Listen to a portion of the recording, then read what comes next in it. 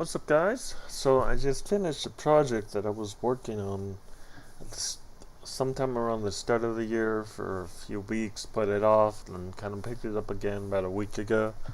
So it was a project to see how many operating systems I could get inside of one another. Now, if that's a concept that's pretty strange to you, don't worry about not understanding it. I can explain it. So, it's using a piece of software called a virtual machine.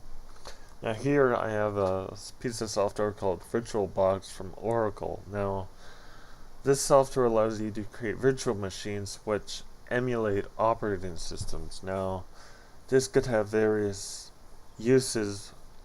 One of them testing out pieces of software that you intend to work on different operating systems, like maybe different versions of Windows or Linux or Mac, stuff like that. So, my project was basically see how many levels deep I could get.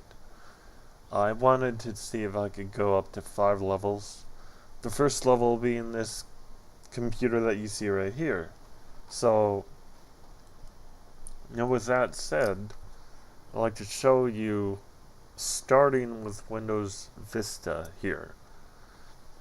Now, in order to get the files into here, I had to create a shared folder, shared from VirtualBox.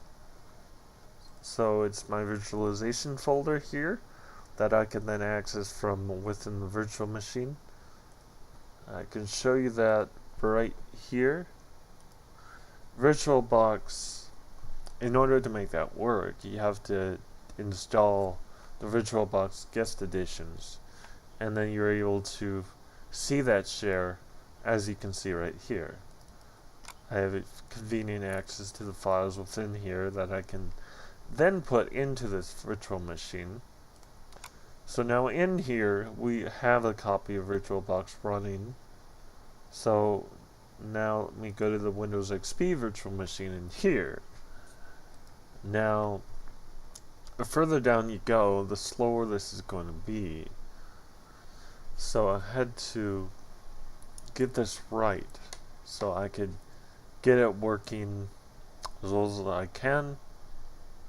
The problem is it took a long time to figure out exactly what I should get and how to make it all work.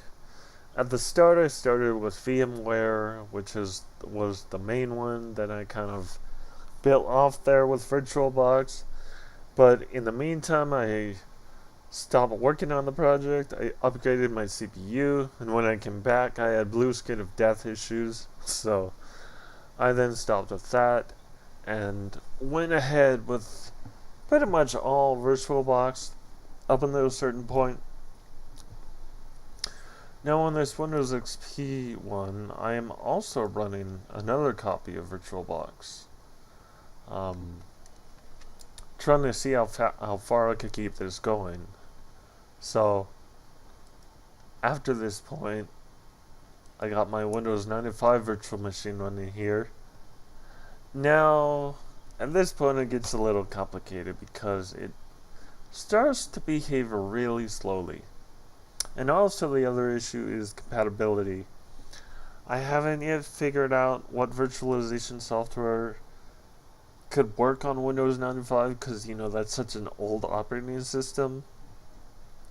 But what I did find was that it was possible to install actual operating systems instead of DOSBox. Instead of just games, you could install like Windows 3.1, for example. So, but it didn't fully boot up for me because this thing is so slow at this point. But what I was able to do, get it to a certain point, it shows the logo for Windows 3.1 as I last left off. It may have gotten past that, but for the interest of, not waiting a long time for it to start up, I'm just going to show you what I have so far. And that would represent the 5th level. So now we have our Windows 7 machine, our Windows Vista virtual machine, our Windows XP virtual machine, our Windows 95 virtual machine, and then finally our Windows 3.1 installation in DOSBox, which I suppose you could consider another level because, you are installing another operating system here.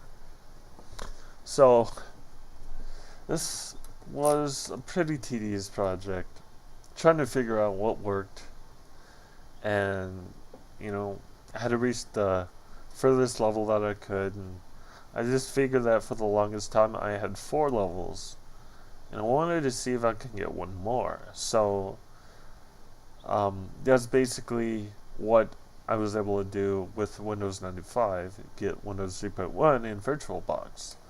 So, I hope you like this project that I worked on.